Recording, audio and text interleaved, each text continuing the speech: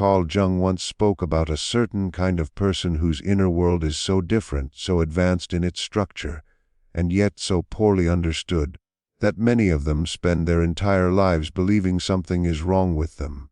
He did not describe these people as merely uncommon. He saw them as a necessary disruption to the existing order of society. In his private notes, Jung suggested that these individuals carry a highly differentiated form of consciousness.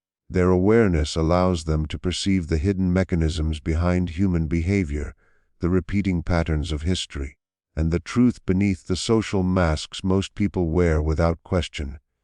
If you are listening to this, there is a strong chance you have felt out of place in your own life. You may have been told you are too intense, too emotional, too analytical, too serious, or simply too much. You may have entered rooms and felt the unspoken emotions of others wash over you like a physical force.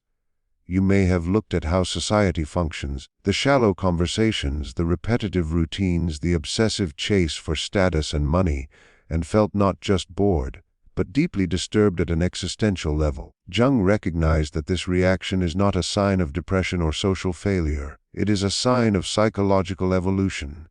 But there is a truth rarely discussed. This level of awareness comes at a cost. Carrying this personality structure means carrying a weight most people will never understand. You are not simply living in the world. You are constantly interpreting it. And without understanding how to manage this, the experience can become lonely, exhausting, and even dangerous. What follows is an exploration of the key signs that indicate you carry this rare psychological architecture. Jung believed people like you function as an antidote to an unconscious world. But he also warned of the shadow traps that specifically target those with this potential. If you recognize yourself here, it is time to stop apologizing for who you are and begin learning how to work with your nature. You are not broken. You are running on a different inner system than most of the world. One of the clearest signs is your emotional depth. Jung described this as unusually charged inner complexes. In simple terms, you experience emotions with a level of intensity that feels almost unreal to others. For most people, emotions pass quickly. They come and go without leaving much of a trace. For you, emotions are not brief events. They are entire inner environments. Sadness does not feel like a low mood. It feels like touching the shared grief of humanity itself. Joy does not feel light or casual. It feels expansive, almost sacred. Jung observed that this depth is often misunderstood as emotional instability, when in reality it is heightened perception. You sense emotional layers that others cannot detect. You may have been in conversations where someone appeared kind and friendly, yet something in your body reacted with discomfort. You knew something was off even if you could not explain why. Others may have been charmed, while you felt uneasy or even sick. This is not paranoia.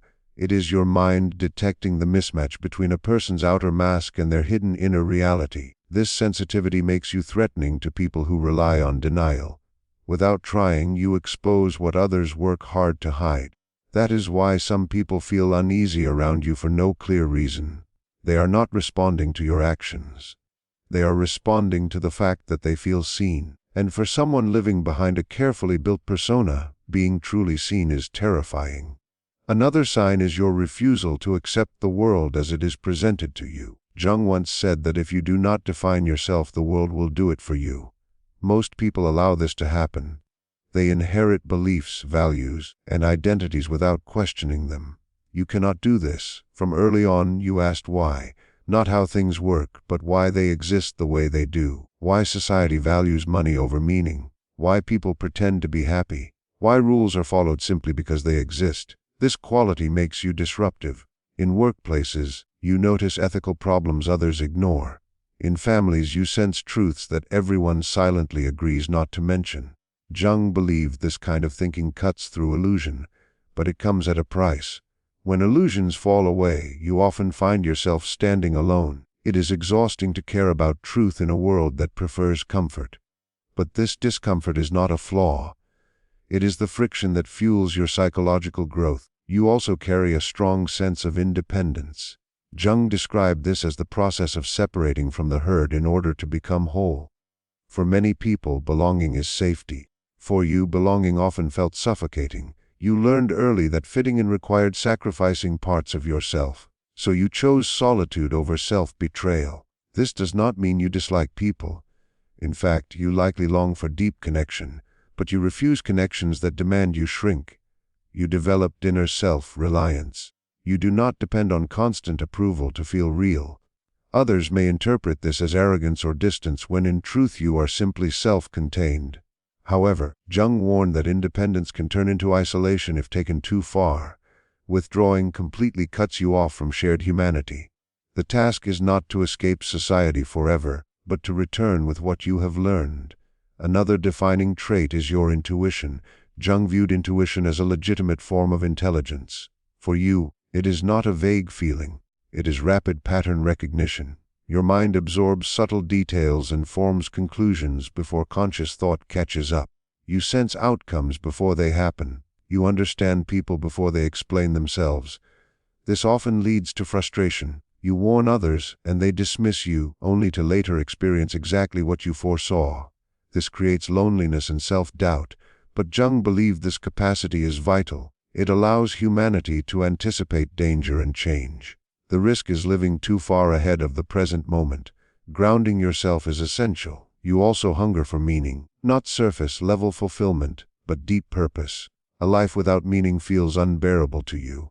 Work without soul drains you physically. Relationships without depth make you ill. Jung observed that many psychological struggles arise from spiritual starvation. Modern society offers distraction, not meaning. You see through this. Comfort does not satisfy you, truth does. This makes you resistant to manipulation and material bribery. But it also leads you through periods of collapse, where you must rebuild your life around what is authentic rather than expected. Because of this growth, you often outgrow people and environments. You change, others stay the same. This creates guilt and loneliness. People accuse you of changing as if growth is betrayal. Jung taught that you cannot save others by remaining small. Your evolution may unsettle them, but it also invites them forward. You also have a powerful presence. People open up to you without knowing why. They share secrets. They feel exposed and relieved at the same time. You act as a mirror. This is a gift, but also a danger. Those who refuse to heal themselves may cling to you.